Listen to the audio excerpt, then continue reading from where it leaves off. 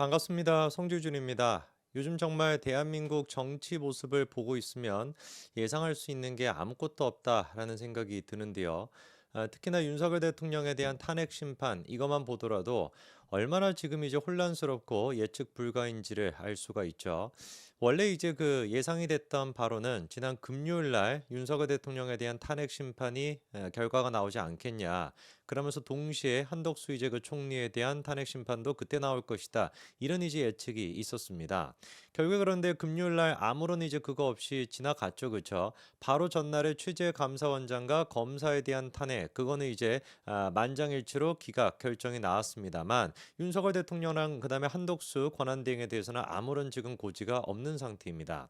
심지어 지금 이제 헌재 내부 얘기를 들어보니까 평의만 계속해가지고 진행하고 있을 뿐이고 평의라고 하는 것은 쉽게 얘기해서 그냥 의견을 교환하는 것 정도밖에 안 되는 거거든요.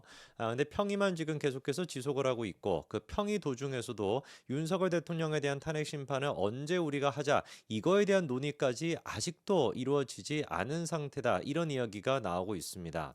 왜 그러면 도대체 헌재가 이렇게 뭐 이렇게나 중요한 사안에 대해 가지고 그리고 또 탄핵 심판을 시작할 때만 하더라도 그 기세가 얼마나 대단했습니까? 뭐 국가적인 혼란을 최소화시키기 위해 가지고 하루라도 빨리 대통령에 대한 탄핵 심판 결정을 내릴 것이다 뭐다 뭐 난리를 치지 않았습니까? 근데도 불구하고 왜 막상 이제 그 변론이 다 끝나고 난 이 시점에서 심판 날짜조차도 특정을 못 하고 있겠습니까? 이유는 간단한 거겠죠. 헌재 내부적으로 의견이 합일이 안 되고 있다. 여기서 굉장히 중요한 포인트가 한 가지가 있는데요. 지금까지 이제 그 사실상 박근혜 전 대통령의 탄핵을 보더라도 별개 의견, 소수 의견, 반대 의견까지는 있었습니다만 사실상 이제 그 탄핵을 인용했었을 때 만장일치로 결정을 내렸습니다.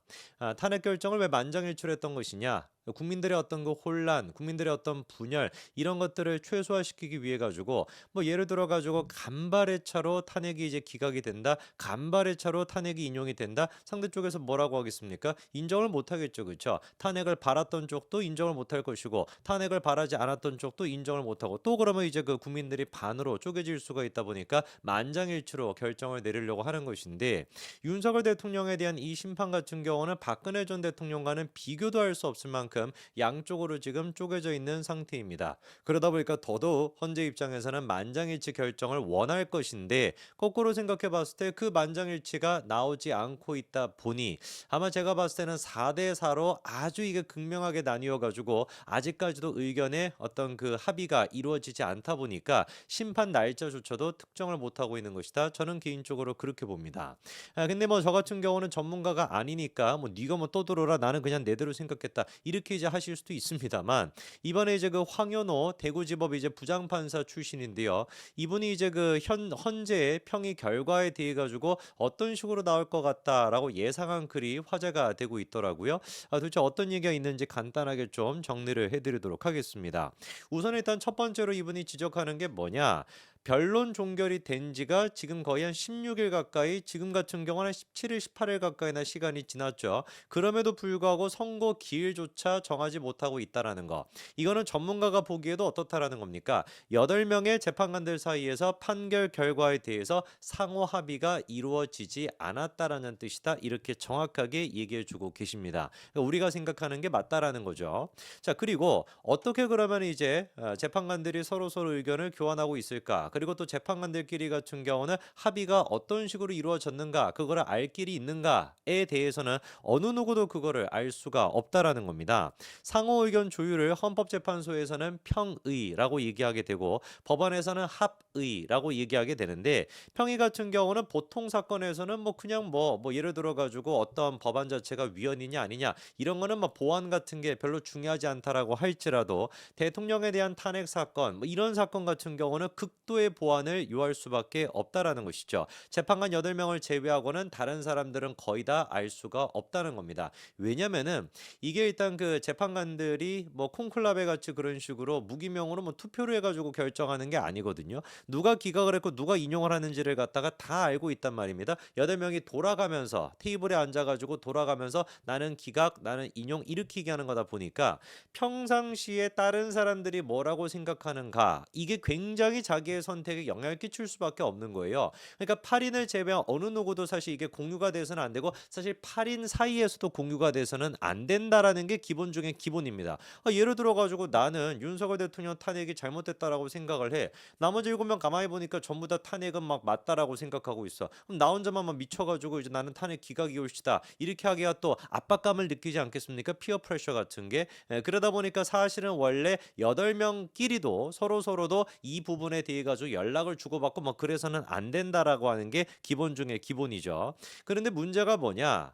노출이 될 가능성이 있다라는 겁니다. 서로서로가 어떤 생각을 하고 있는지 공유하고 적극적으로 공유하고 그리고 또 심지어 압박감을 가하기 위해 가지고 유출을 시키는 그런 경우까지 있을 수가 있는데 그게 이제 그 황현호 지금 부장판사 출신이 보기에는 누구들 사이에서 가능하다라는 거예요. 우리법 연구회 출신 사이에서는 그게 가능할 수 있다라고 지적하고 있습니다. 자, 무슨 말이냐?